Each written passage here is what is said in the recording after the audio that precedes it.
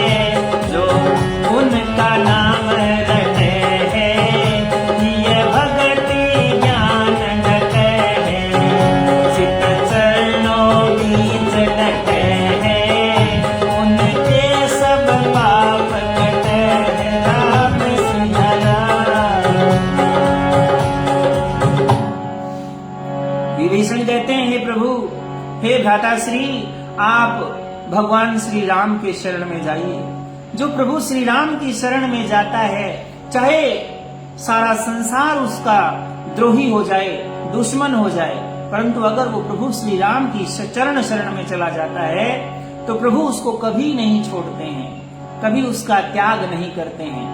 वो जो उनका नाम रटता है उसके हृदय में भक्ति और ज्ञान विराजमान होते हैं और उसका चित्त जो है प्रभु श्री राम के चरणों में डट जाता है और सारे पाप जो है, जन्म कोटि अघनाश ही तभी, करोड़ों जन्मों के पाप भी उसके नाश हो जाते हैं। ऐसा विभीषण जी कह रहे हैं। क्या कहते हैं विभीषण जी?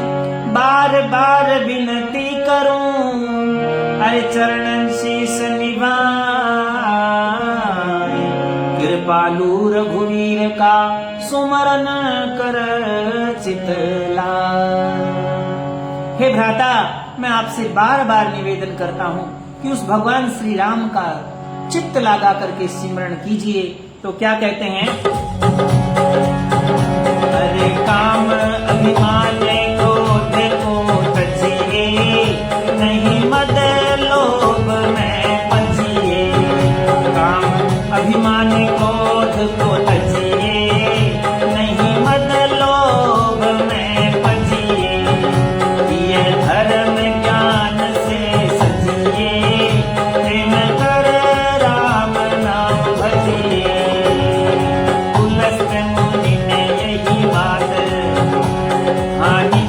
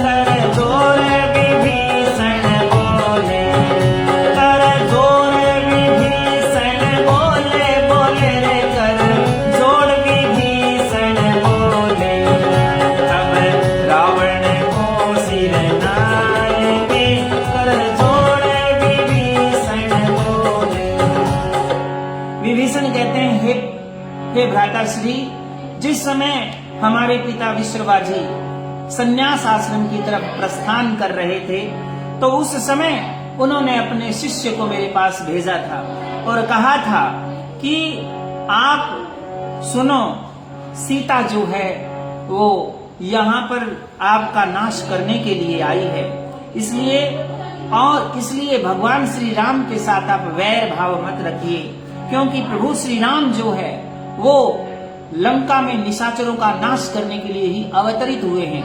ये बात ऋषि विश्रवा जी ने हमें पहले ही बता दी थी, और उनसे बैर करके आप जुल्म मत कमाइए। तो क्या कहते हैं विभीषण जी, क्या कहते हैं कि आप मेरी बात मान लो।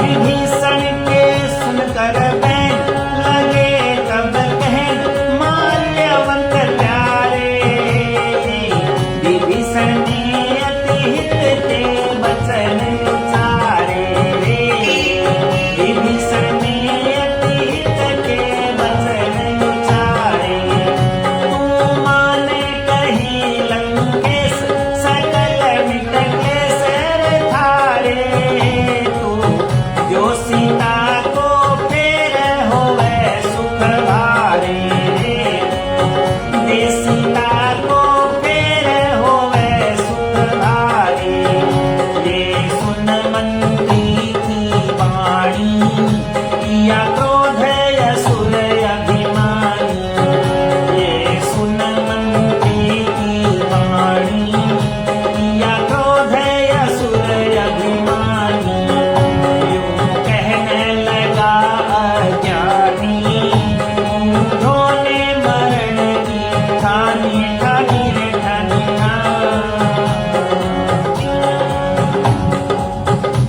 जब रावण को कहा कि हे भ्राता श्री, आप माता सीता को लौटा दो, क्योंकि प्रभु श्री राम लंका में निशाचरों का नाश करने के लिए आए हैं, और ये पिताजी ने भी कहा था। तो माल्यवंत उनके एक सचिव थे रावण जी के, तो उन्होंने क्या कहा कि हे लंकेश, विभीषण जी जो बात कह रहे हैं वो बिल्कुल सत्य कह रहे हैं, आप इनकी बात मान लो, लंका के सारे क्लेश और दुखों का नाश हो जाएगा। जब ये मंत्रियों की वाणी सुनी तो रावण क्रोध से आग बबूला हो गया, और वो यूं कहने लगा कि इन मूढ़ों ने, इन माल्यवंत ने और विभीषण ने तो आज मृत्यु को निमंत्रण दे दिया है। देखो मेरे सामने, अरे ये दोनों अज्ञान,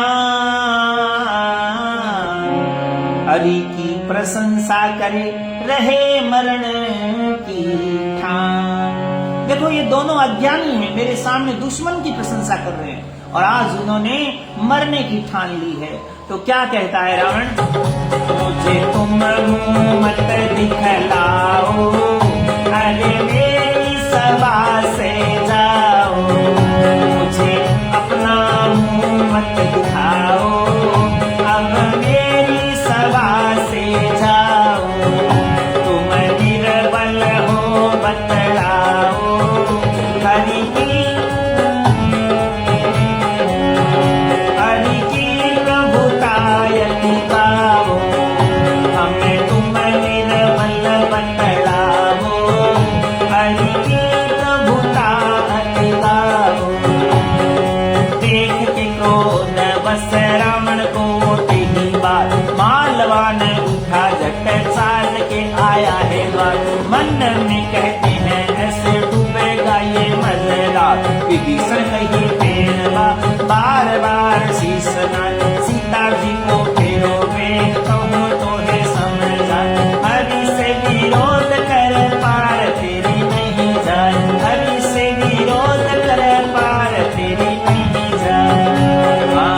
घोड़न सुंदर कह गाएंगे, दिन लगे असुर के ओले, दिन लगे असुर के ओले, ओले रे दिन लगे असुर के ओले,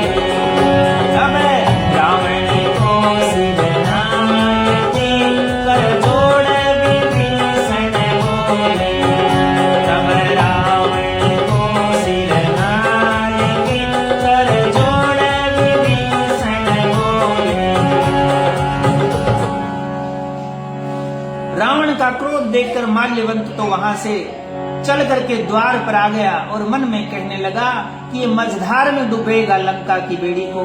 और विभीषण बार बार उनके चरणों में मस्तक टेक करके कह रहा है कि हे भ्राता श्री, मैं आपको फिर कह रहा हूं कि आप माता सीता को लौटा दो, प्रभु से विरोध करने से आपकी पार नहीं पड़ेगी। रूढ़चंद जी कहते हैं कि असुर जो राक्षस हैं वो कभी नहीं समझते हैं ज्ञान की बात। सुमति कुमति सबके हिये, रहती सुन लंके, सुमति रहे संपत मिले, कुमति रहे कलेश। कहते हैं कि सुमति और कुमति सबके हृदय में विराजमान होती है। कुछ लोगों के हृदय में सुमति का निवास होता है और कुछ लोगों के हृदय में कुमति का निवास होता है। हे रावण, जहाँ सुमति रहती है वहाँ संपत्ति होती है। जह सुमति तह संपत्ति नाना, जह कुमति तह विपत्ति निदाना। ये तुलसीदास जी ने भी कहा कि कुमति जहाँ होती है वहाँ क्लेश रहता है, वहाँ दुख रहता है। इसलिए आप मेरी मानो। तो लंकापति रावण को फिर विभीषण क्या कहते हैं?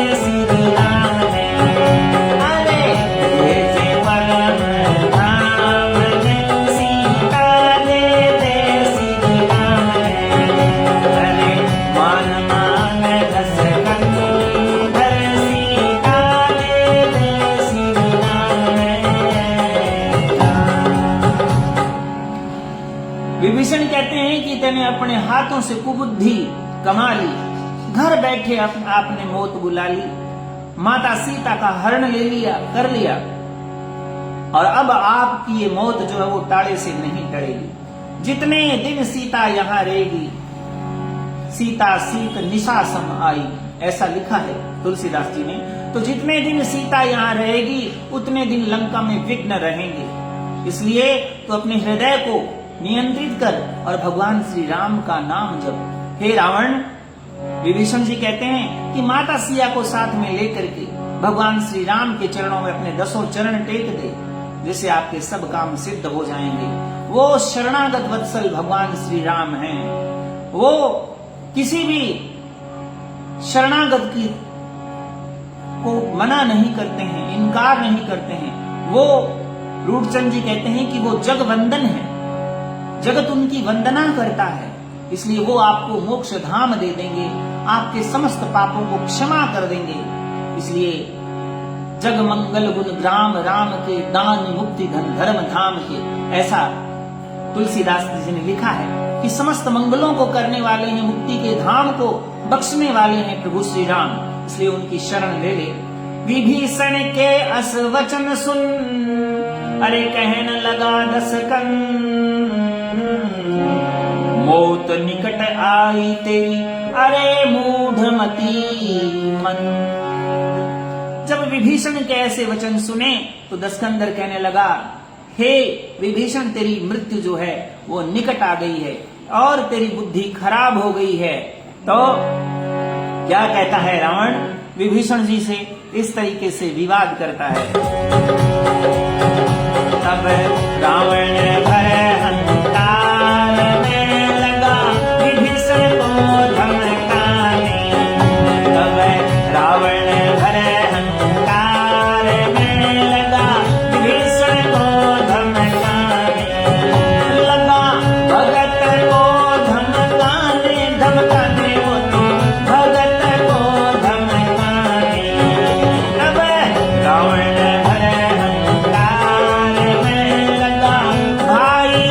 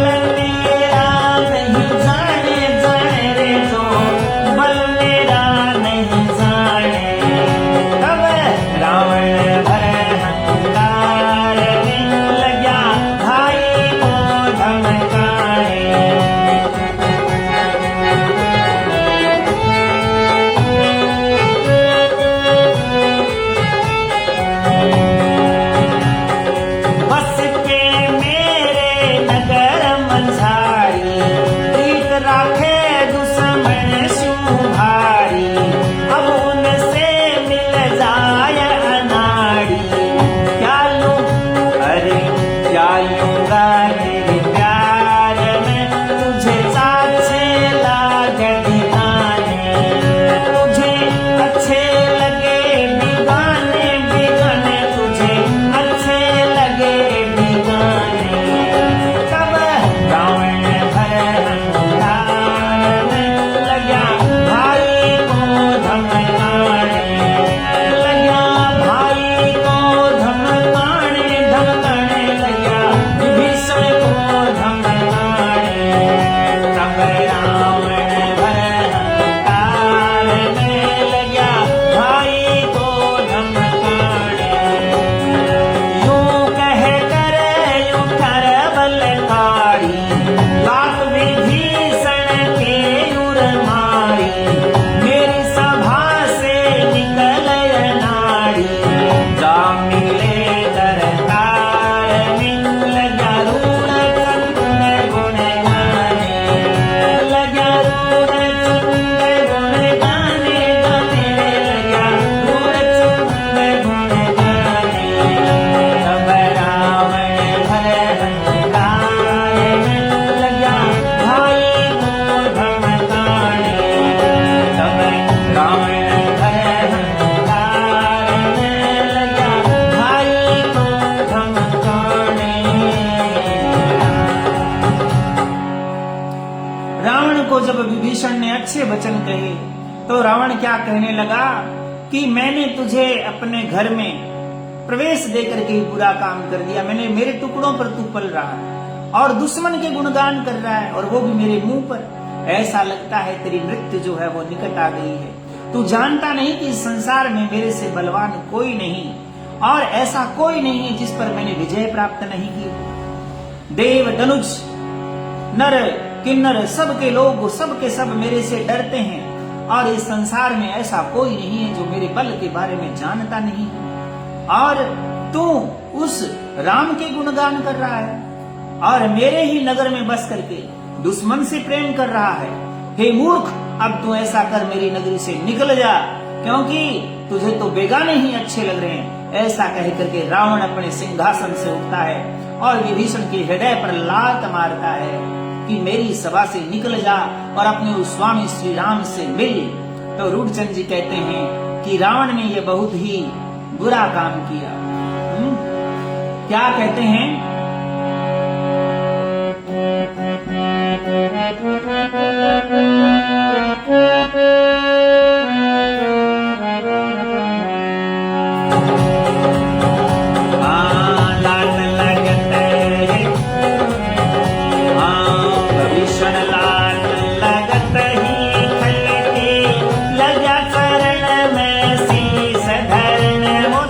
लगा चरण में शीश धर